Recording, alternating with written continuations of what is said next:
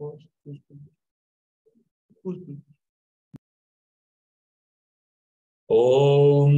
नमो भगवते वासुदेवाय। ओम हरि ओम तत्सत। हमने गए सेशन नंबर 17 में कर्म योग के चैप्टर नंबर 3 श्रीमद् भगवद गीता के श्लोक नंबर 1 से 11 के विषय में चर्चा किया था, और आज हम श्लोक नंबर 12 से लेकर के 20 तक जाने का प्रयत्न करेंगे। इन श्लोकों में हमने देखा, श्लोक नंबर अगर हम जाते हैं 10 में हमने क्या पढ़ा था उसके बारे में थोड़ा सा रिवीजन करते हैं तो हमें आइडिया आएगी कि इसमें भगवान ने कहा था सह यज्ञा प्रजा सृष्ट्वा पुरोवाक प्रजापति अनेन प्रसविष्यध्वम् एष वोस्त्विष्ट कामदुक्। बहुत ही सुंदर श्लोक यहाँ पे भगवान ने कहा। क्या कहा था कि प्रजापति ब्रह्मा ने, प्रजापति ब्रह्मा जी ने आदि काल में कब कहा था? पुरोवाच, पहले कहा था। और कब कहा था? बहुत ही पहले कहा था। और उस समय क्या कहा था उन्होंने कि तुम देवता लोग, देवता कौन? मनुष्य योनि से भी ऊपर की योनि, ऐसी योनि जहां पे सदकर्म करने के बाद, उन्नत कर्म करने के बाद, सामाजिक कार्य करने के बाद, परोपकार करने के बाद, सदकर्म करने के बाद जिस गति को प्राप्त होते हैं मनुष्य, देवलोक। देवलोक में कौन सी आत्माएं निवास करती हैं? देवताओं की आत्माएं, अर्थात उच्च कोटि पर पहुंचे हुए व्यक्तियों, उच्च कोटि पर पहुंचे हुए जो भक्त जन हैं, कर्मशील लोग हैं, कर्तव्य कर्म के मार्ग पर जो अग्रसर आ गए, जो आगे आए हुए जो व्यक्ति हैं, वे लोग देवयोग, देवलोक में रहते हैं। और उन्होंने देवता लोक की उपमा भगवान ने यहाँ दी। अर्थात हमारे लिए यहाँ सीखना क्या है? अर्जुन को क्या सीखना है कि हमें हमारे कल्याण के लिए प्रभु की भक्ति करनी है और साथ साथ में किसी का अपमान नहीं करना है। देवताओं की उन्नति और हमारी उन्नति देवताओं के माध्यम से, ये दोनों चीजें हमारे लिए महत्वपूर्ण थी। और ये कब से है? क्या बताया उन्होंने? पुरोवाच, पहले ही कहा है। किसने? ब्रह्मा ने। भगवान कहते हैं यज्ञों के द्वारा। यज्ञ का अर्थ क्या हुआ? यज्ञ का अर्थ है वह कर्म, यज्ञ का अर्थ है वह सदकर्म, जिसमें वह सदकर्म जिसमें आप शेयर नहीं हो रहे हैं, शेयर हो रहे हैं, उसको बड़ा करने से डबल क्लिक कर। वह सदकर्म जिसमें जीवों का कल्याण है, वह सदकर्म जिसमें मनुष्य मात्र केवल अपने स्वार्थ के लिए काम नहीं करता है। इसलिए क्या कहा? सह यज्ञाः प्रजाः, प्रजा यानी मानव जाति, जो यज्ञों के द्वारा, यज्ञ के साथ सृष्टवा अर्थात सृजन करता है। और कब कहा था? आरंभ में, प्रारंभ में ही कहा था प्रजापति ब्रह्मा जी ने। आप विचार करें कि यह आज का सिद्धांत नहीं है।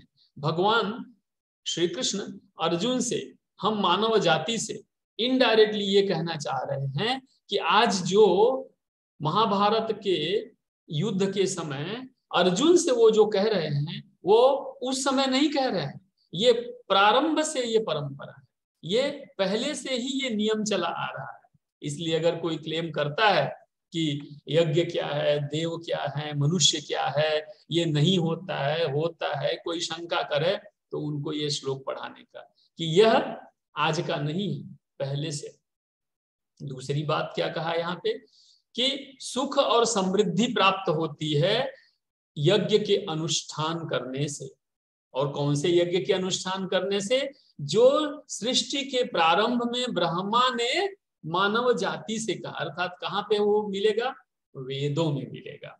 पहले भगवान ने, याद है, पहले के श्लोकों में कहा था कि वेदों में मनुष्य अपने स्वार्थ से संबंधित ही बातों को सीख और जान लेता है और उसी की प्रैक्टिस करता है। भगवान उसको इनडायरेक्टली यहाँ वापस कह रहे हैं कि तुम पूरे मानव जाति के कल्याण के लिए कर्म करोगे तो तुम्हें अपनी वांछित वस्तुएं ऑटोमेटिकली प्राप्त हो जाएंगी। 11वें श्लोक में भगवान ने क्या कहा था? देवान भावयतानेन ते देवा भावयन्तु वः परस्परं भावयन्तः श्रेयः परमवाप्स्यथ। बहुत ही अच्छी बात कही। परम परम को प्राप्त होगे हे अर्जुन। भगवान कहते हैं कि ये जो मानव हैं वो परम को प्राप्त हो सकते हैं। वाप्स्यथ, वाप्स्यथ का अर्थ क्या हुआ? प्राप्त करते हैं। और किसको? परम को। और उसमें ही क्या है? श्रेय। भगवान को अर्जुन ने पूछा था कि मेरे लिए जो श्रेयस्कर है, मेरे लिए जो उत्तम है, वो आप मुझे कहें। तो भगवान ने क्या कहा? परम श्रेयस्कर जो है, अर्थात सबसे उत्तम, सबसे समृद्ध, सबसे बढ़िया जो बात है वो मैं तुमसे कह रहा हूं कि अगर देवताओं को अपने यज्ञों से प्रसन्न करोगे तो यज्ञ के फलस्वरूप देवता तुमसे प्रसन्न होंगे हे मानव। और जब देवता प्रसन्न होंगे तो तुमको क्या देंगे? वर देंगे। और वर कैसा देंगे? श्रेय, जो तुम्हारे लिए श्रेयस्कर होगा। अर्थात जैसे एक पिता के दो पुत्र हैं, एक थोड़ा कमजोर है, एक थोड़ा अधिक शक्तिशाली है। तो कहने का अर्थ क्या हुआ कि देव मनुष्य से ज्यादा शक्तिशाली है, देव मनुष्य से ज्यादा वैभवशील है, ज्यादा उनके पास शक्ति है। तो जब वो मनुष्यों के द्वारा यज्ञ के माध्यम से प्रसन्न होंगे तो मनुष्य योनि की जो भी आवश्यकताएं हैं, सुख समृद्धि, जो कुछ भी इच्छाएं हैं, वो देवता यज्ञ के फल के रूप में आपको वापस देंगे। तो क्या हुआ? परस्पर एक दूसरे के लिए कर्म करो।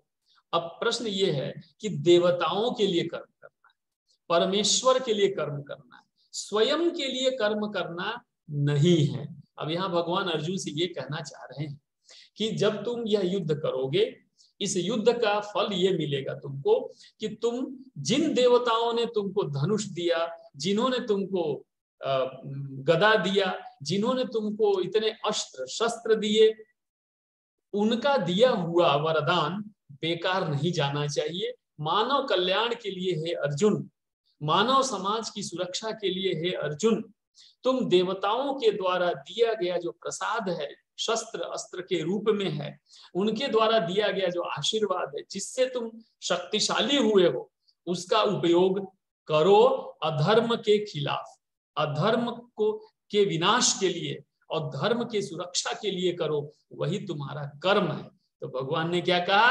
अतः तुम कर्म करो। आप जानते हैं वायुदेव ने कुछ अस्त्र शस्त्र दिया था, अग्निदेव ने अर्थात सूर्य देव ने कुछ अस्त्र शस्त्र दिया था, और अलग अलग देवों ने अर्जुन को, इंद्र देव ने कुछ धनुष बाण, कुछ गदा, कुछ शस्त्र अस्त्र दिया था। तो आखिर उनका सम्मान तो करना पड़ेगा, उनका उपयोग कहाँ होगा? तो कहा कि कर्म के माध्यम से यह तुम यज्ञ कर रहे, और इस यज्ञ से उन देवताओं को प्रसन्न करो क्योंकि उन्होंने तुम्हें यह वरदान, यह आशीर्वाद दिया हुआ है। अतः अर्जुन कर्म करो। और कौन सा कर्म? धर्म कर्म करो। और धर्म कर्म क्या है? यहाँ पे अर्जुन के लिए क्या धर्म कर्म है? धर्म की रक्षा करना। और धर्म की रक्षा किसके लिए करनी है? युद्ध के माध्यम से। और युद्ध क्यों अर्जुन कर सकता है? क्योंकि अर्जुन शक्तिशाली है। अर्जुन केवल अपनी शक्ति से शक्तिशाली नहीं है, वह शक्तिशाली इसलिए भी है क्योंकि सभी देवों ने उनको कुछ न कुछ शक्तियां दी हैं। देखिए यहाँ पे मैं आपको एक अथर्ववेद स्कंद पुराण का एक वर्णन आता है, सामने लिखा हुआ है। अर्चिते देव देवेशे शंख चक्र गदाधरे, शंख चक्र गदा इत्यादि सब कुछ देवों ने दिया है। किसको दिया है? जब आप उपासना करेंगे तो आपको प्राप्त होता है। यहाँ अर्जुन को प्राप्त है। अर्चिताः सर्वे देवाः स्यूर्यतः सर्वगतो हरिः। आप समझ गए? हे प्रभु, हे भगवान, जब हे अर्जुन, जब तुमने हे प्रभु हे भगवान कह के उनकी उपासना की, उन देवताओं ने तुमको बहुत कुछ दिया, उनका उपयोग धर्म की रक्षा के लिए करो। अर्थात अर्जुन को क्या कहना चाह रहे हैं कि हे अर्जुन, अगर तुम अपना यह कर्म नहीं करोगे तो उन देवताओं को तुम नाराज करोगे, उनको अप्रसन्न करोगे। वो अप्रसन्न होंगे तो तुमको दी हुई शक्ति वापस ले लेंगे। परस्पर उन्नति है ना, तो तुम्हारी भी उन्नति नहीं होगी। तुम्हारी उन्नति नहीं होगी, तुम्हारी शक्ति चली जाएगी, तो तुम भविष्य में भी किसी समाज की सुरक्षा नहीं कर पाओगे, तुम अशक्तिशाली हो जाओगे और वो तुम्हारे लिए बदनामी होगी। अतः इसी चीज को भगवान आगे कंटिन्यू करते हैं। आप देखिएगा, कर्म की चर्चा हर एक जगह भगवान ने पूरे अध्याय में की है। इस अध्याय में 43 श्लोक हैं, 43 में से 11 हमने कर लिया। अब 12वें श्लोक पे हम आते हैं, इसको पढ़ते हैं। ईष्टान भोगान हि वो देवा दास्यन्ते यज्ञ भाविताः तैर्दत्तान प्रदायैभ्यो यो भुंक्ते स्तेन एव सह। अच्छे से उच्चारण करिएगा, भगवान के शब्द हैं। अगर हम गलत उच्चारण करेंगे तो हम गलत करेंगे, ये हमारे लिए अच्छा नहीं है। मैं फिर से इसका उच्चारण करता हूं।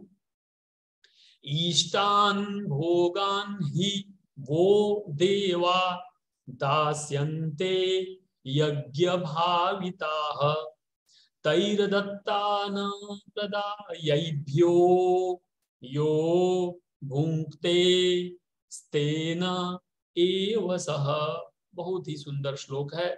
अगर आपके जीवन में कभी लगे कि आप किसी की व्याख्या करना चाहते हैं कि वह चोर है कि ईमानदार है, चोर है कि साहू है, तो आप ये श्लोक का उदाहरण दे सकते हैं। पीछे लिखा है कि तुम्हारे द्वारा संपन्न यज्ञों से प्रसन्न होकर देवता जीवन निर्वाह के लिए वांछित आवश्यक वस्तुएं प्रदान करेंगे, किंतु जो प्राप्त उपहारों को उनको अर्पित किए बिना भोगते हैं वे वास्तव में चोर हैं। चोर कौन है?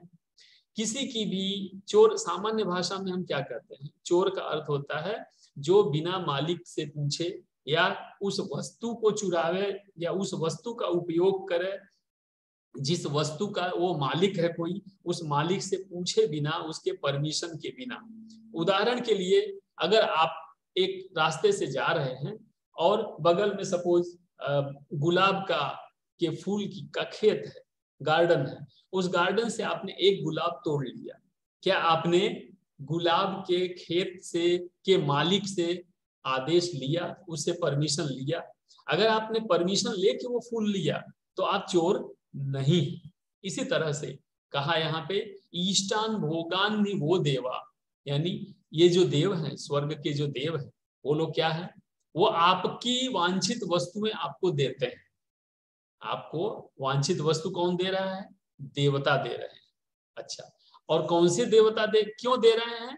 दास्यन्ते यज्ञ भाविता, जो आप यज्ञ करते हो, जो आप निष्काम निष्काम कर्म भाव से, जो परोपकार भाव से यज्ञ करेंगे, कर्म करेंगे, निस्वार्थ भाव से करेंगे, सबके कल्याण के लिए जो यज्ञ करेंगे, यज्ञ यानी परोपकार के लिए किया हुआ कर्म, तो जो कर्म आप करेंगे उसके फलस्वरूप, यानी उसके फल के रूप में देवता लोग आपकी इच्छा के अनुसार आपका वांछित आपको रिजल्ट देंगे। क्या देंगे? भोगान, भोग उपहार की वस्तुएं आपको जीवन निर्वाह के लिए देंगे। किसके बदले में? यज्ञ के बदले में। कौन देगा? देवता। और आगे क्या बोला? तैरदत्तान प्रदायैभ्यो यो भुंक्ते, भुंक्ते यानी भोगना। अब कह रहे हैं कि अगर देवताओं ने आपको कुछ दिया है जीवन निर्वाह के लिए, सोहिल भाई, देवताओं ने आपको दिया, उदाहरण के लिए भोजन दिया, अब आप क्या कर रहे हो कि भोजन का देवताओं को भोग लगाए बिना ही सेवन कर रहे हैं। आपने क्या किया? बिना भोग लगाए आप उसको खा रहे हो, पी रहे हो, उसको भोग रहे हो। तो बोले अगर ऐसा आप करते हैं, वो उपहार है क्योंकि किसी ने दिया है, तो क्या होगा? स्तेन यानी चोर, एव सह, सह यानी वह व्यक्ति चोर कहलाता है। तो चोर कौन हुआ? केवल मेरी ये पेन यहाँ पे पड़ी हुई है, अब मेरे पेन का आप उपयोग करना चाहते हैं तो आप मुझसे पूछ लो कि सर मुझे आपके पेन का 5 मिनट का उपयोग करना है, मैं ले लूं, मैं हाँ बोलता हूं, आप उपयोग करो, आप चोर नहीं है। लेकिन मैं यहाँ पे बैठा हूं, मैं नहीं हूं, मैं हूं अथवा पेन हूं अथवा नहीं हूं, लेकिन पेन यहाँ पड़ी है, पेन का आपने उपयोग किया और बिना मुझसे पूछे किया, तो मेरा आपके ऊपर कर्ज हो गया। यानी एक तो मेरा आपके ऊपर कर्ज हो गया, क्यों? क्योंकि आपने बिना पूछे किया। दूसरे, भगवान की भाषा में आप चोर हैं, क्योंकि आपने उस चीज का उपयोग बिना किसी परमिशन के किया। अब प्रश्न उठता है कि ठीक है सर, आप नहीं थे, मैंने पेन का उपयोग कर लिया, मैंने कोई गलती नहीं की, गलत काम नहीं किया। तो आप ऐसा कर सकते हैं कि आपको जरूरत ही थी तो आपने उपयोग तो कर लिया, तो मैं आया तो आप मुझे कह सकते हो ना कि सर आप नहीं थे, फिर भी मैंने आपके उपयोग पेन का यूज कर लिया है, कृपया आपकी जानकारी के लिए मैं बता रहा हूं। तो कम से कम आपकी ईमानदारी वहां पे झलकती है, नहीं तो चोरीपन दिखेगा। तो छोटे छोटे छोटे छोटे जीवन यापी, जीवन से संबंधित चीजों में भी हम ऐसा करते हैं। उदाहरण के लिए, मैं यूनिवर्सिटी में जॉब कर रहा हूँ, आप किसी ऑर्गेनाइजेशन में जॉब कर रहे हैं, आपका कुछ पर्सनल काम भी होता है। 8 घंटे जब आप जॉब करते हैं तो कभी 2-4 घंटे, 1-आध घंटे, 5 मिनट, 10 मिनट, 2-5 मिनट के लिए कोई पर्सनल काम आपका हो सकता है। लेकिन आप क्या करते हैं, बिना किसी को बताए कैंपस से या ऑर्गेनाइजेशन से बाहर गए, अपना काम वाम करके 1-आध घंटे वापस आ गए, फिर जाने के, तो आपके बॉस को, आपके ऑफिसर को पता ही नहीं है कि आप अपना पर्सनल काम ऑफिस काम के दौरान कर रहे हैं। अथवा मान लीजिए मुझे कोई पर्सनल लेटर का प्रिंट आउट निकालना, वो किसका है? मेरा पर्सनल, ठीक है। मैं पेपर कहाँ का यूज कर रहा हूँ? ऑफिस का। समय किसका है? ऑफिस का। आप समझे? प्रिंटर किसका है? ऑफिस का। सब कुछ मैंने ऑफिस का यूज किया, ऑफिस के समय में किया। ऑफिस का काम नहीं है वो, क्या है? मेरा पर्सनल काम। तो वो मुझे पूछ के करना चाहिए, कहने का अर्थ ये। इंटरनेट का उपयोग किया मैंने, पर्सनल काम के लिए किया, वो पूछ के करना चाहिए। इसलिए भगवान ने क्या कहा? ऐसा जो काम करता है वो व्यक्ति क्या कहलाता है? चोर कहलाता है। इसलिए हमें छोटे छोटे जीवन के आयामों में सावधानी रखनी चाहिए। अब अर्जुन से क्या संबंधित है? तो अर्जुन से ये है कि तुमने अच्छे कर्म तो किए हो, तभी तो तुमको देवताओं ने ये सारी चीजें दी, शक्तियां दी हैं, आशीर्वाद दिया है। तुम इतने अच्छे माहौल में, इतने अच्छे खानदान में पैदा हुए।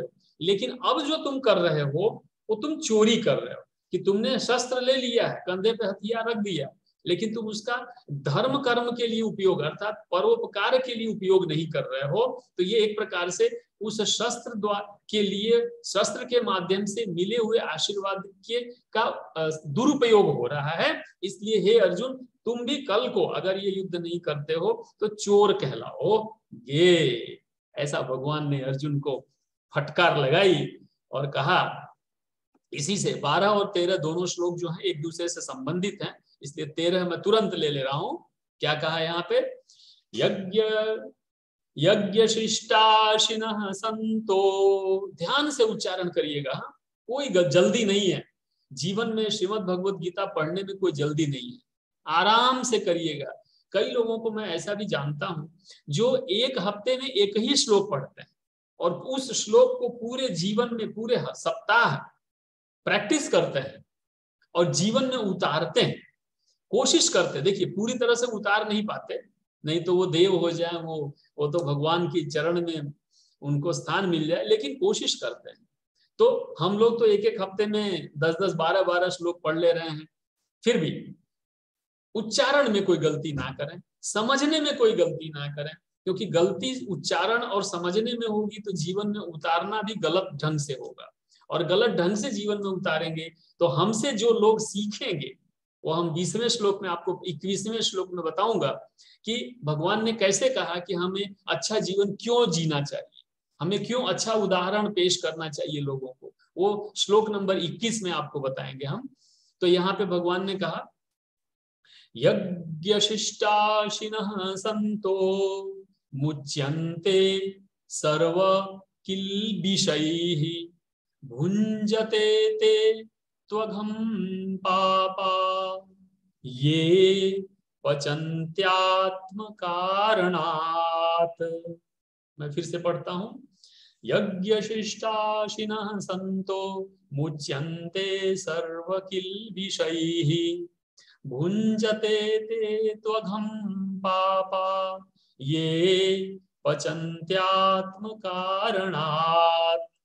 बहुत ही उत्तम बात भगवान ने कही। पहले वाले श्लोक से इसको लिंक किया। जो चोर लोग होते हैं, जो लोग बिना भोग लगाए भोजन करते हैं।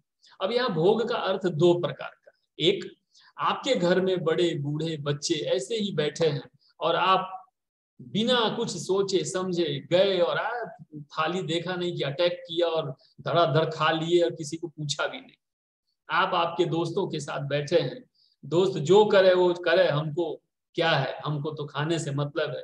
बिना किसी को पूछे आपने भोजन कर लिया। ये सामान्य ढंग से भोग लगाने की परंपरा है। बड़ी दूसरी परंपरा है कि आपके भगवान का मंदिर है, मूर्ति है, आपके घर में गेस्ट आए हैं, आपके आधारित गाय है, आपके कई लोग डॉग भी पालते हैं, गाय पालते हैं, भैंस है, बैल है, आपके यहाँ नौकर चाकर हैं, आपके घर कोई गेस्ट आया हुआ है और सबको एकदम किनारे कर दिया और पहले अपने ही भोजन करने लगे। यहाँ पे दो प्रकार की बातें हैं। तो कहने का अर्थ है कि हमें मनुष्यता भाव के साथ में हमें चीजों का उपयोग करना चाहिए। ये भोजन के बारे में। वैसे ही उदाहरण दूसरे भी, कई लोग अपने ही कपड़ों का ध्यान देते हैं। परिवार में और भी तो लोग हैं, बड़े बूढ़े बच्चे, दूसरे आपके आश्रित हैं, घर में काम करने वाले, खेती में काम करने वाले मजदूर वर्ग भी है। तो कहने का अर्थ है उनके साथ भी आपका वही आत्मवत भाव होना चाहिए जो अपने आप के प्रति है। इसलिए यहाँ पे कहा कि श्लोक नंबर 13 में कि आत्म कारणात्, अपने सुख के लिए पचन्त्य भोजन बनाते हो अगर केवल, तो आप 5 प्रकार के भोगों का पाप लगता है। त्वघम पापा, त्वघम अनघ मतलब होता है निष्पाप और अघम मतलब होता है घोर पाप। कह रहे हैं अगर आप ये किए बिना करते हैं तो आप पाप को खाते हैं, पाप ही आप सेवन करते हैं और आपके शरीर में, आपका शरीर पाप खाते खाते पापी हो जाता है। जैसे आपका शरीर पूछूं किस चीज का बना है तो आप बोलोगे हड्डी मांस नहीं। आपका शरीर किससे बना है? अन्न से बना है। आपका शरीर फलों से बना है। आपका शरीर फूलों से बना है। कल जो बैगन बाजार में था, आज आप यहाँ पे बैठे हो, बैगन खा लिए रात को तो आप बन गए। कल जो चावल गेहूं बाजार में था वो आपके घर में आया, उसको पकाया, आपने भोजन कर लिए तो आप चावल ही तो हो। आप वही आम हो, मैंगो जो कल बाजार में था, वही एप्पल जो बाजार में, केला बनाना था वो आज आपके शरीर। तो आपका शरीर किससे बना है? ये जो नेचुरल चीजें हैं, प्राकृतिक वस्तुएं हैं, उनसे आपका शरीर बना है। हड्डी मांस तो उसका फल है, फलों का फल है, अन्न का फल है, फूलों का फल है। तो भगवान ने कहा कि वो सब पे सबका अधिकार है। सांस लेने पे जैसे सबका अधिकार, वो भी एक प्रकार का भोजन है। तो वो सब पे सबका अधिकार है, केवल आपका अपना अधिकार नहीं है। तो बोला कि मान लो आप यज्ञ करते हो तो यज्ञों से जो अर्पित भोजन सामग्री है, शेष अवशेष है, उसका पहले प्रसाद सबको वितरण करें और फिर आप अपने लिए उसका उपयोग करें, अन्यथा आप पाप के अधिकारी। तो बोला अच्छा ठीक है, नहीं किया तो पाप के अधिकारी, और करेंगे तो क्या होगा? तो भगवान ने कहा, क्या कहा? यज्ञ शिष्टाशिनः संतो। संतो यहाँ पे संत की परिभाषा ये नहीं है कि गेरुआ कपड़ा पहन लिया या दाढ़ी बढ़ा लिया और जंगल में चले गए। संत का अर्थ यहाँ पे है सज्जन व्यक्ति, सामाजिक व्यक्ति, भले व्यक्ति, भला ब्रॉड सेंस में भले व्यक्ति। तो जो सज्जन व्यक्ति हैं वो मुक्ति को प्राप्त करते हैं, अर्थात उनके सारे पाप धुल जाते हैं।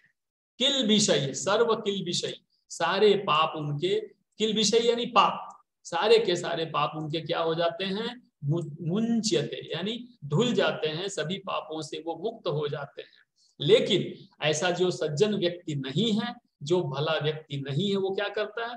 केवल स्वार्थवश करता है। अब प्रश्न ये उठता है कि स्वार्थवश करेगा तो उसको पाप लगेगा। तो सामान्य भाषा में हम पाप क्या समझें? तो कहा कि देखो, जब तुम अन्न पकाते हो, जब तुम कुछ इस तरह की क्रिया करते हो, तो पानी के अंदर कुछ न कुछ कीटाणु होते हैं, हवा के अंदर कुछ कीटाणु होते हैं। जब आप अन्न जो है वो उसको मान लो ग्राइंडिंग करते हो, है ना, गेहूं का क्या बनता है? आटा बनता है। तो गुजराती में लोट बोलते हैं। तो जब गेहूं में से आटा बनेगा तो उसका ग्राइंडिंग होगा, तो अनाज की ग्राइंडिंग होगी, तो कुछ जीवों की हत्या उसमें हो सकती है, संभावनाएं हैं। फिर जब आप भोजन बनाते हो तो उस समय आसपास जो जीवांत हैं वो अग्नि की वजह से उनकी उनकी हत्या होती है। तो कहने का अर्थ है कहीं ना कहीं कुछ न कुछ पाप हम लेते ही लेते हैं। और जब हम ये भोग लगाते हैं भगवान को, अपने इष्ट को भोग लगा के यज्ञ करके जब हम अन्न ग्रहण करते हैं, तो ये सारे के सारे पाप के भागीदार हम नहीं बनते हैं। पापों का क्या होता है? नाश हो जाता है और हम मुक्ति को प्राप्त करते हैं। तो अर्थ, दूसरे अर्थ में अगर देखूं तो आप स्वास्थ्य को प्राप्त करते हैं। अगर आप ये करते नहीं हैं तो आप बीमार कहलाते हैं, मानसिक रूप से आप बीमार हैं। और अगर आप ऐसा करते हैं तो आप पापी जन नहीं हैं, अघम नहीं हैं, आप अनग हो जाएंगे, अर्थात अर्जुन हो जाएंगे, अर्थात आप निष्पाप हो जाते हैं। अब सोचिए, भगवान ने कितनी छोटी छोटी बातों को, हमारे जीवन से, जीवन संबंधित बातों को भी इस युद्ध क्षेत्र में जहां पे दुश्मन खड़े हैं सामने, वहां भगवान इतना ध्यान रखते हैं हमारा। अपनी बातों में अगर भगवान हमारा इतना ख्याल रखते, इतना ध्यान रखते हैं, तो सामान्य जीवन में, डे टू डे लाइफ में भगवान हमारा कितना ध्यान रखते होंगे। अर्थात हमारा एक एक छोटा छोटा कर्म भी भगवान को सुख या दुख देता ही है। इसलिए अगर हम उनके वचन को नहीं मानते हैं, उनके दिए हुए आदेश और उनके आज्ञा का पालन नहीं करते हैं, तो एक कहावत है, उनके जीभ पे पांव रख देंगे। तो क्या आप पसंद करेंगे कि भगवान के द्वारा दी हुए उपदेश का पालन न करें? अगर ऐसा आपके मन में है कि भगवान की बात है, उसका हम वचन का पालन करेंगे करेंगे, उल्लंघन नहीं करेंगे, तो आप आज से, अगर आप भोग नहीं लगाते हैं तो आंख बंद करके, आपके घर में मूर्ति नहीं है, कोई चिंता नहीं, आंख बंद करके आप प्रभु को भोग लगाएं। आप ऐसा मनन करें, ऐसा आप चिंतन करें खाने से पहले कि यह थाली भगवान को मैं अर्पित कर रहा हूं या कर रही हूं, और भगवान प्रसन्न हो रहे हैं, भगवान हमारा भोग जो यज्ञ है उसको ग्रहण कर रहे हैं, और भगवान एकदम प्रसन्न होकर हमको आशीर्वाद दे रहे हैं। ये आज से करना शुरू करेंगे। मान लीजिए आप ये नहीं कर पाते, तो आपके घर में बड़े बुजुर्ग हैं, उनको पहले भोजन कराएं, उनको सम्मान के साथ बैठें, उनके साथ उनको पहले भोजन कराएं। भले साथ में बैठिए, लेकिन वो साथ में बैठे तो भी चलेगा। बच्चों को भोजन कराएं, आपके आश्रित जो लोग हैं उनको भोजन कराएं, हैं? आपके घर कोई गेस्ट आ गया है तो उसको सम्मान दें। ये भारतीय वैदिक परंपरा कहती है, ये भगवान खुद श्रीमद् भगवद गीता में कहते हैं। आप सोचिए भगवान को ये क्यों कहना पड़ा? क्योंकि भगवान को लगा कि मैं अर्जुन के माध्यम से समाज को एक मैसेज तो दे दूं, और भगवान ने वो मैसेज हमें दिया आज से 5-7-8 हजार साल पहले। और भगवान ने तो 5-7 हजार साल पहले इसमें कहा, लेकिन आगे वाले श्लोक में आपने देखा, श्लोक नंबर 11 में उन्होंने क्या कहा कि प्रजापति, ब्रह्मा ने पहले कहा। कब? पुरोवाच प्रजापति, ब्रह्मा ने तो जब ये सृष्टि की रचना हुई तभी कह दिया था। ये सारी चीजें उससे लिंक्ड है। अब मैं श्लोक नंबर 14 लेता हूं, उसी से रिलेटेड है। आप जरा ध्यान से देखेंगे, आपको बहुत आनंद आएगा। इसको हम पीछे से पढ़ेंगे, एक बार पहले श्लोक पढ़ते हैं। अन्नाद भवन्ति भूतानि, अति उत्तम, अन्नाद भवन्ति भूतानि परजन्यात अन्ना संभवः। इतना सुंदर श्लोक है, आप देखिएगा। यज्ञाद भवति पर्जन्यो यज्ञः कर्म समुद्भवः। 13 श्लोक नंबर 14 और 15 एक ही है, लेकिन अलग अलग समझते हैं, फिर बाद में दोनों को कंबाइन करेंगे। अन्नाद भवति भूतानि। अभी मैंने पहले नहीं कहा कि आपका शरीर किससे बना है? अन्न से बना है। तो भगवान ने यहाँ क्या कहा है? देखिए, संपूर्ण प्राणी अन्नों से उत्पन्न हुए। अन्न मतलब क्या हुआ? जो भी हम खाते पीते। अब अन्न का आप बोलोगे कि इसमें फल फूल का तो नाम नहीं लिखा है। अब भगवान ने इतना कहा, ये हिंट है। अन्न में सब कुछ आ गया, जो भी आप ग्रहण करते हो, जो भी आप खा सकते हैं। हाँ, मांसाहार की चर्चा भगवान ने नहीं की है। क्यों? संपूर्ण प्राणी अन्न से उत्पन्न होते हैं। यहाँ ऐसा नहीं कहा मांसाहार से उत्पन्न होते हैं। यहाँ क्या कहा? यहाँ कहा अन्नाहार से उत्पन्न होते हैं। अन्न में क्या आया? अनाज, फल फूल इत्यादि। ठीक है ना? यहाँ पे ध्यान रखिएगा, अन्न की चर्चा। तो आपसे अगर कोई कहता है कि आप प्रूफ दीजिए, कि क्या प्रूफ है कि मनुष्य को मांसाहार नहीं करना चाहिए, इससे बड़ा प्रूफ कुछ भी नहीं है। श्रीमद् भगवद गीता में कहते हैं कि अन्न ही ग्रहण करना चाहिए सभी प्राणियों को। साथ में क्या कहा? अन्न कहां से उत्पन्न होगा? अब देखिए, तो बोला पर्जन्य। पर्जन्य मतलब होता है बरसात, बारिश। तो जब वर्षा होती है तो अन्न पैदा होता है। ध्यान दीजिए, कितना बड़ा साइंस भगवान ने हमको सिखाया। हम जानते तो हैं, लेकिन इसको जानने के बाद हमारी जो प्रज्ञा है, हमारा जो ज्ञान है, वो जग जाएगा। हम ज्ञानी बन जाएंगे इसको जानने के बाद। अभी तक हम केवल जानकार थे, केवल समझ रहे थे। अब हम इससे ज्ञानी बन जाएंगे। ध्यान से सुनिएगा दोनों श्लोक। पर्जन्यात् अन्न संभवः, अर्थात जब वर्षा होती है तो अन्न पैदा होता है। ठीक है, पहले क्या हुआ? प्राणी किससे उत्पन्न होते हैं? अन्न से।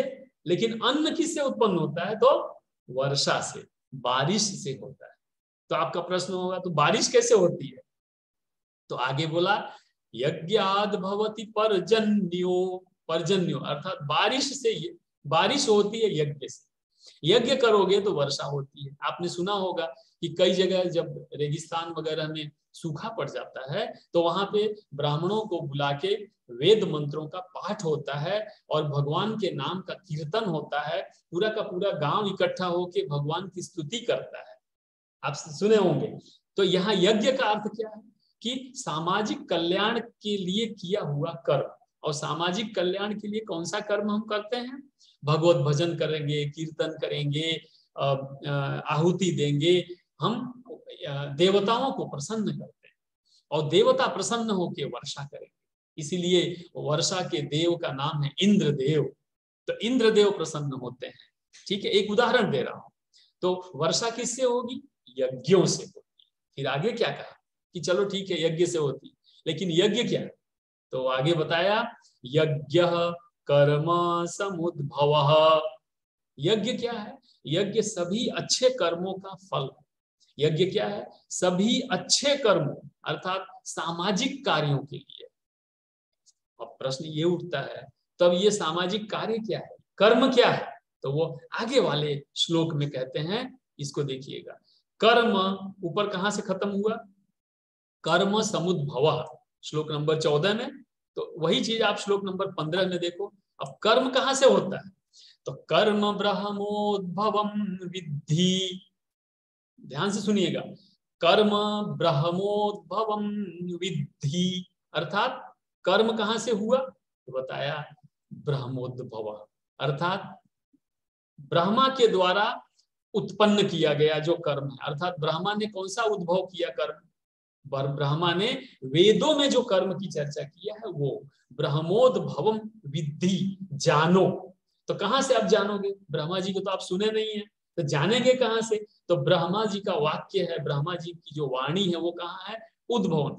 ब्रह्मा के द्वारा उद्भव किया हुआ जो ज्ञान है अर्थात वेद है।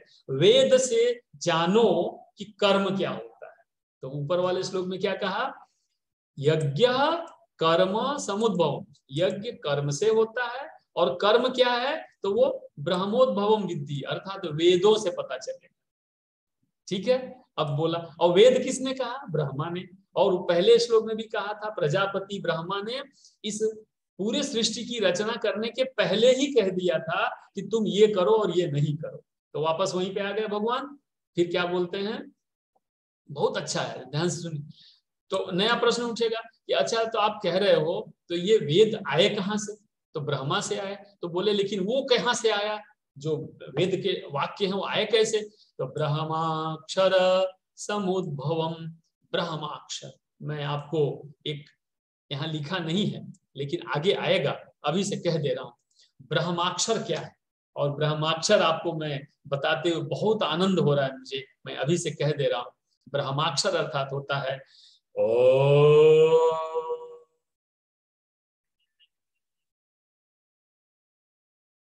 ओम ही ब्रह्माक्षर। ओम से ही पूरी सृष्टि की रचना हुई है।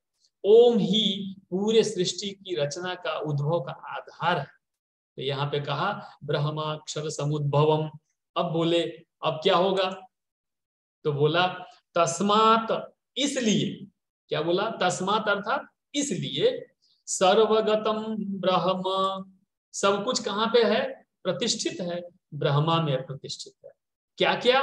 तो बोला नित्यम यज्ञ प्रतिष्ठितम, अर्थात जो कुछ भी कर्म है, जो कुछ भी आपका ज्ञान है, जो कुछ भी आप करते हो, जो कुछ भी आप करोगे, नित्य। नित्य का अर्थ क्या हुआ? आत्मा।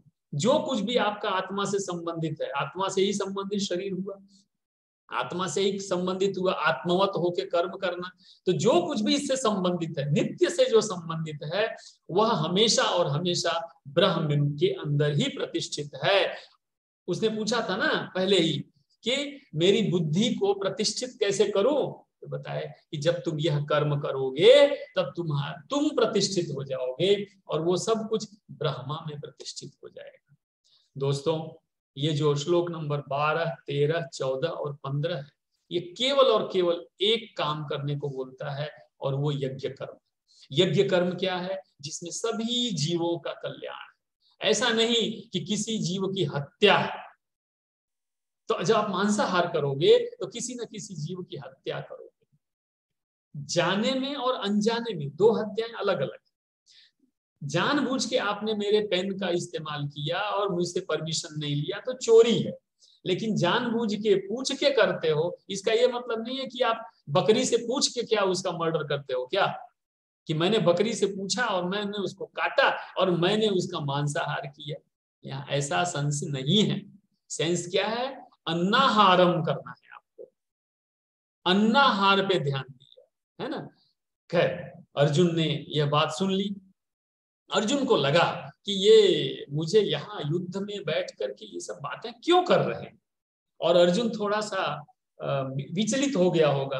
तो भगवान ने तुरंत उसका कान पकड़ा और अर्जुन को बोले एवं प्रवर्तितम चक्रम, ध्यान दीजिएगा, एवं प्रवर्तितम चक्रम न अनुवर्तयति यः, ध्यान से सुनिए, एवं प्रवर्तितम चक्रम नानुवर्तयति यः। मैंने नानु को ऐसा पढ़ा, न अनुवर्त कर दिया मैंने, जिससे आपको इजी रहेगा। और तीह में ती प्लस इह यानी इस, यह यानी जो। तो क्या कहा? अया गुरिंद्रिया रामो मोघम, वाह, मोघम पार्थ सजीवती। बहुत बड़ी बात कह दिया। मोघम, यहाँ मोघ का अर्थ होता है मतलब यूजलेस, मतलब जिसका कोई अर्थ नहीं है, एकदम बेकार, व्यर्थ। तो क्या कहा? हे पार्थ, पार्थ को याद किया, हे पृथापुत्र पार्थ। आपको मैंने बताया था पांचों भाइयों का नाम पार्थ ही था, लेकिन इस श्रीमद् भगवद गीता में अर्जुन को संबोधित कर रहे हैं, इसलिए पार्थ कह के। पार्थ यानी पृथा के पुत्र, तो पांचों पृथा के पुत्र थे। तो लेकिन यहाँ पे क्या कह रहे हैं? हे पार्थ, हे अर्जुन, वह व्यक्ति मोघम सजीवती, वह व्यक्ति, स यानी वह, जीवती यानी जीता है, मोघम यानी व्यर्थ में जीता, बेकार में जीता है। कौन? वो व्यक्ति बेकार जीता है, यानी पार्थ बोला, आप समझिएगा। तो भगवान ने इनडायरेक्टली पार्थ को, अर्जुन को कह दिया, अर्जुन सावधान, अगर जो मैं कह रहा हूं वो नहीं तुम मानते हो तो तुम बेकार जीवन जी रहे हो। यानी तुमको जीवन जीने का कोई अधिकार ही नहीं है और तुम्हारे जीवन का कोई अर्थ नहीं है। भले तुम हो पार्थ, लेकिन कोई अर्थ नहीं है पार्थ, तुम्हारे जीवन का कोई अर्थ नहीं है। अगर क्या करोगे तो सुनिए, अघायुरिंद्रिया रामो, जो व्यक्ति इंद्रियों से, इंद्रियों के भोगों में ही पड़ा रहता है। अब पहले क्या कहा, भोग लगाने की बात किया, अर्थात तुम अपने इंद्रियों की ही तुष्टि में पड़े हो। भोग नहीं लगाओगे तो तुम अपनी इंद्रियों की तुष्टि में पड़े हो। ठंडी आई, खूब कंबल रजाई और कोट पहन के घूम रहे हो और तुम्हारे इर्द गिर्द दादा दादी और घर के बड़े लोग जो है वो ठंडी में सिकुड़ रहे हैं। तो तुम अपने इंद्रियों के पोषण में, उनकी तुष्टि में, उनकी आसक्ति में, उनके ही लिए पड़े हुए हो, उसी की चिंता है तुमको, उसी के लिए कर्म कर रहे हो, तो तुम क्या हुए, पापी हुए। घर में अगर कोई च्यवनप्राश प्राश आया और घी आया तो खुद ही खा लिया कि मैं हेल्दी रहूंगा और बाकी लोगों को नहीं देते हो। तो कहने का अर्थ यह है कि भोग लगाओ, अर्थात यज्ञ रूपी जीवन जीवो। तो कहा अगर ऐसा नहीं करते हो तो इंद्रियों के द्वारा, देखिएगा, अघायु इंद्रियाम अरामो, अर्थात अपनी ही इंद्रियों में तुम रमण कर रहे हो, अपनी ही इंद्रियों में तुम पड़े हुए हो, अपने आराम का ही सोचते हो, अपने ही इंद्रियों के सुख का अगर करते हो तो तुम क्या होगे, हे पार्थ तुम्हारा जीवन व्यर्थ होगा। हे पार्थ तुम्हारा जो जीवन है वो किसी अर्थ का नहीं रहेगा और बेकार हो जाएगा। अब ये कह के अर्जुन को क्या समझाना चाहते हैं कि तुम सोचते हो कि मैं ऐसा करूंगा तो मुझे पाप लगेगा, तुम समाज के बारे में नहीं सोच रहे हो। हे अर्जुन, इसलिए उठो, धनुष बाण उठाओ और युद्ध करो, अधर्म का नाश करो और धर्म की सुरक्षा करो। इसलिए हमने पीछे से पढ़ा, अघायु इंद्रिया रामो मोघम पार्थ सजीवति। अब इसको आगे वाले सेंटेंस से कनेक्ट करते हैं। नानुवर्तयति यह यानी जो व्यक्ति, तो यहां देखिए, यह स, जो व्यक्ति ऐसा करता है, और स, वह व्यक्ति ऐसा होता है। क्या बोला, हे पार्थ जो व्यक्ति ये नहीं करेगा, हे पार्थ जो व्यक्ति ये स्वार्थ का काम करेगा, हे पार्थ वह व्यक्ति केवल और केवल पाप का अधिकारी होता है। आप समझ गए। तो बोला कि वह जीवन बेकार है जो सृष्टि चक्र के अनुसार नहीं चलता है। चक्रम न अनुवर्तयन, सृष्टि चक्र क्या है, तो सृष्टि चक्र ये है कि आप जिस धर्म कर्म के लिए पैदा हुए हो, आपको जो ड्यूटी दी गई है वो ड्यूटी आपको करनी ही करनी है, अन्यथा आप पापी होंगे। अब अर्जुन का यहाँ पे चक्र क्या है, चक्र के अनुसार अर्जुन का कर्म है, अर्जुन का धर्म है अधर्म के सामने युद्ध करना। तो बोला कि जो व्यक्ति इस प्री डिफाइंड चक्र के अनुसार, प्री डिफाइंड यानी आप इस समय युद्ध में आए हैं तो आपको युद्ध करना है। अब मान लीजिए एक ऐसा चक्र लेता हूं कि एक बच्चा है, बड़ा होता है, वो डॉक्टर बनता है, पुलिस बनता है, सैनिक बनता है, और वो बनने के बाद अब जब सैनिक बन गए, पता चला किसी देश के साथ युद्ध छिड़ गया, वहां जाने के बाद बोला नहीं, भले मैं सैनिक हूं लेकिन मैं किसी मानव की हत्या नहीं कर सकता, दुश्मन भले मेरे देश पे अटैक करके ले जाए, मैं नहीं करूंगा। तो आप सैनिक क्यों हैं, यानी आपका जो कर्म चक्र है वह सैनिक का है, आपका जो कर्म चक्र है वो डॉक्टर का है, मरीज की बीमारी का इलाज करना। आपका जो धर्म चक्र है, कर्म चक्र है, वह शिक्षक का है। अब शिक्षक क्लास में जाके बोला नहीं मैं पढ़ाऊंगा नहीं, क्यों, क्योंकि मैं पढ़ाऊंगा कहीं गलत पढ़ा दिया तो बच्चे गलत रास्ते पे चले गए, तो भाई आप शिक्षक हैं।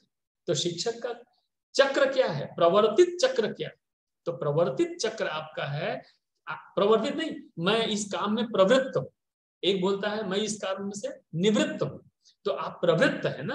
तो शिक्षक के चक्र में आप प्रवृत्त है, यानी उसमें आपका काम है। इसीलिए श्लोक कहां से शुरू हुआ, एवं, यानी श्लोक नंबर 15 और श्लोक नंबर 16 एंड से स्टार्ट होता है। आप समझे ना, वो और ये यानी दोनों को कंबाइन किया और भगवान ने कहा अन्यथा तुम्हारा जीवन व्यर्थ। अब हम चलते हैं श्लोक नंबर 17। बहुत बढ़िया है। यहाँ पे थोड़ा सा भगवान ने अपना गियर बदल दिया है। इस गियर को क्या किया उन्होंने, अध्याय 2 के ज्ञान योग से जोड़ा। यहाँ सांख्य योग को कनेक्ट करते हैं भगवान और कहते हैं यस्त्वात्मरतिरेव स्यादात्म तृप्तश्च मानवः। देखिए केवल अर्जुन के लिए नहीं, समस्त मानव जीवन के लिए, समस्त मानवों के लिए है।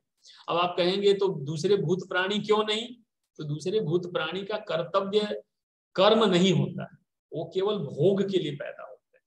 और मनुष्य जो है कर्तव्य कर्म करने के लिए पैदा होता है, यज्ञ कर्म करने के लिए पैदा होता है, केवल भोग के लिए पैदा नहीं होता। इसीलिए 5 इंद्रियां हैं। अगर केवल भोग करना होता तो एक इंद्रिय में आप वश में रहते, आपको 5-5 इंद्रियां दी गई हैं। यस्त्वात्मरतिरेव रेव स्यादात्म तृप्तश्च मानवः आत्मन्येव च संतुष्टः तस्य कार्यम न विद्यते। इतना बढ़िया श्लोक है। आप देखें पहला शुरू कहां से होता है, यस्य, अर्थात जो व्यक्ति, यस्य मानव, जो व्यक्ति मानव कल्याण के बारे में नहीं सोचता है, जो व्यक्ति आत्मरिव, जो खुद से खुद में तृप्त है, खुद से खुद में संतुष्ट है। आप देखिए तुष्ट को तृप्त कहा जाता है। अब तुष्ट 2 तरह का होता है, एक असंतुष्ट और एक संतुष्ट, एक तृप्त और एक अतृप्त। तो ऐसा व्यक्ति जो तृप्त नहीं अर्थात संतुष्ट नहीं है, वो क्या होगा, अतृप्त होगा, अर्थात वह असंतुष्ट होगा। तो जब आप असंतुष्ट होंगे तो कह रहे हैं तो आप मानव धर्म का कर्तव्य का पालन नहीं कर रहे हो।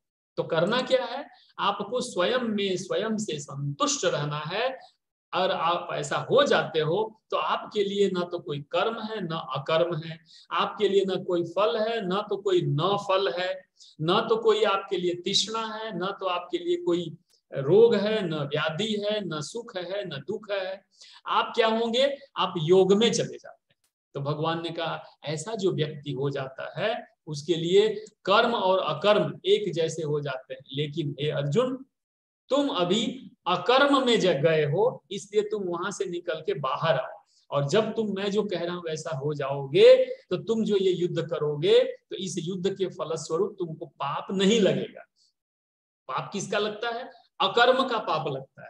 तो बोले न तो अकर्म होगा और न तुमको पाप लगेगा। इसलिए अब भगवान यहाँ वापस कहते हैं अर्जुन को, इसलिए हे अर्जुन कर्म करो।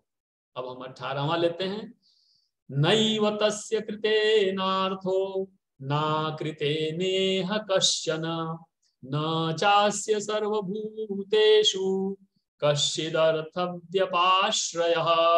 बहुत अच्छा श्लोक है। क्या कह रहे हैं, न एव अर्थात जब तुम इस यौन इस स्थिति को प्राप्त हो जाओगे तो तुम्हारे लिए कोई अकर्म और कर्म रहेगा नहीं। तो जब कर्म करने से कोई प्रयोजन ही नहीं रह जाएगा तुम्हारा, इसलिए तुम जो कुछ भी करोगे वो स्वार्थ रहित हो जाएगा। कश्चिद अर्थ व्यपाश्रय, कोई भी काम सभी भूतों सभी प्राणियों के लिए तुम्हारा निस्वार्थ भाव से होने लगेगा। हे अर्जुन, इसलिए तुम कर्म करो। अब हम 19 और 20 को साथ में लेते हैं, बहुत ही मजेदार, आपको मजा आएगा। भगवान ने उदाहरण दिया। क्या उदाहरण दिया, तस्मात् असक्तः सततम कार्यम कर्म समाचर। समाचर अर्थात योगनिष्ठ हो करके तुम सततम कार्यम, जो भी तुम्हारा कर्म है वह आसक्ति पूर्वक, आसक्ति यानी जिसमें आपकी कोई आसक्ति रह न जाए, अर्थात जिसमें आपका अपना कोई माया मोह ना रह जाए, अपनापन ना रह जाए, आसक्ति को छोड़ करके तुम तस्मात उस कर्म को करो, असक्तो ह्याचरन् कर्म।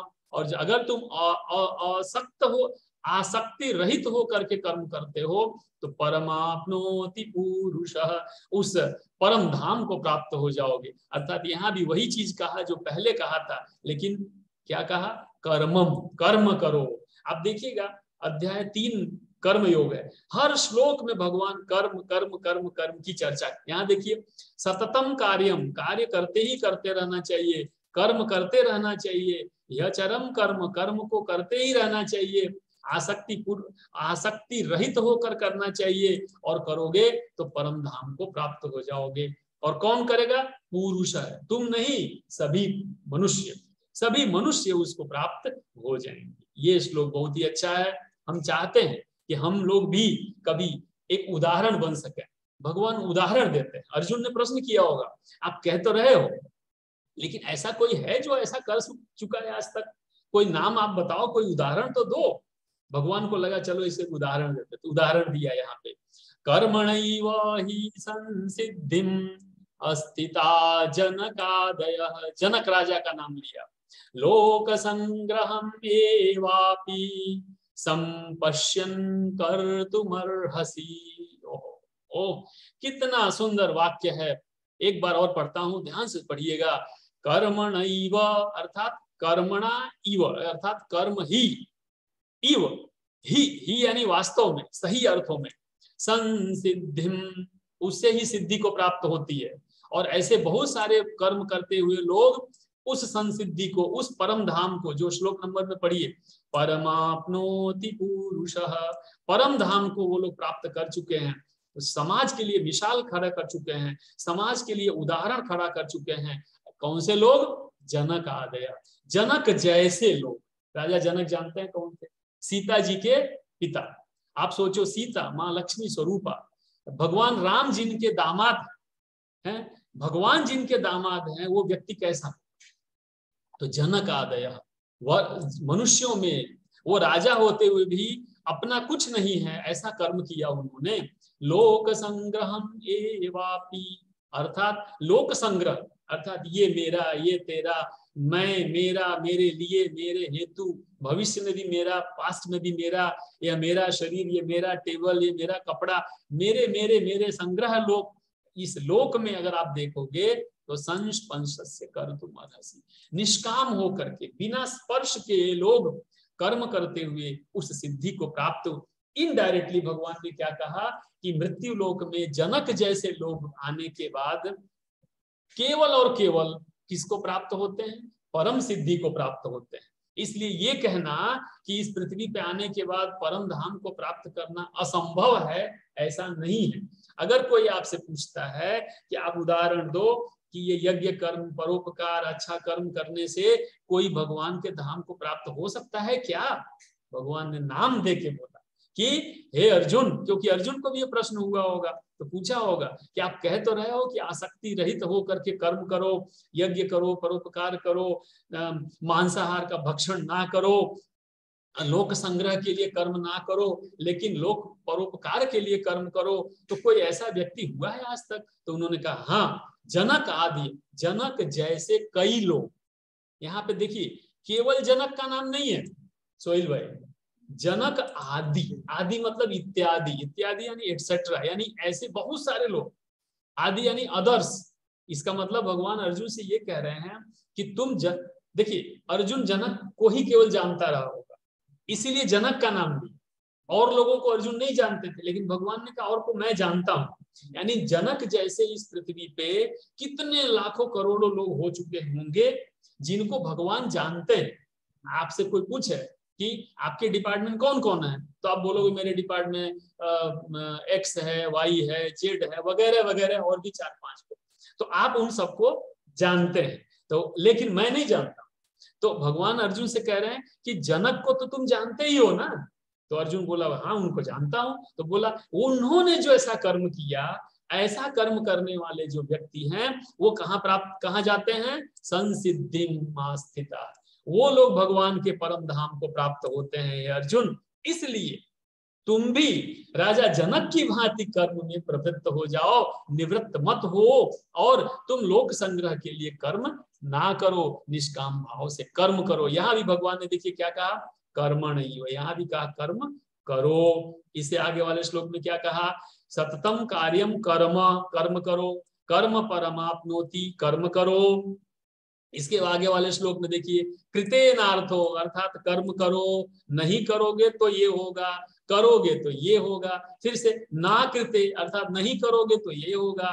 यहाँ भी कहा भगवान ने, हर जगह कर्म करने को कहा है। यहाँ भी कार्यम न विद्यते, कार्य करने को कहा भगवान ने है। इससे आगे वाले श्लोक में भी देखिए, यहाँ कर्म ब्रह्मोद्भवम, कर्म से ही प्रारंभ करते हैं। नित्यम यज्ञ, यज्ञ भी एक कर्म है, कर्म की चर्चा किया। इससे आगे 14वें श्लोक में देखिए, यहाँ पे यज्ञात् भवति, यज्ञ कर्म है। फिर कर्म समुद्भव, कर्म करो हे अर्जुन तुमको। तो हम ये नहीं कह सकते कि हम बड़े ऑफिसर हैं और हम कर्म नहीं करेंगे तो चलेगा।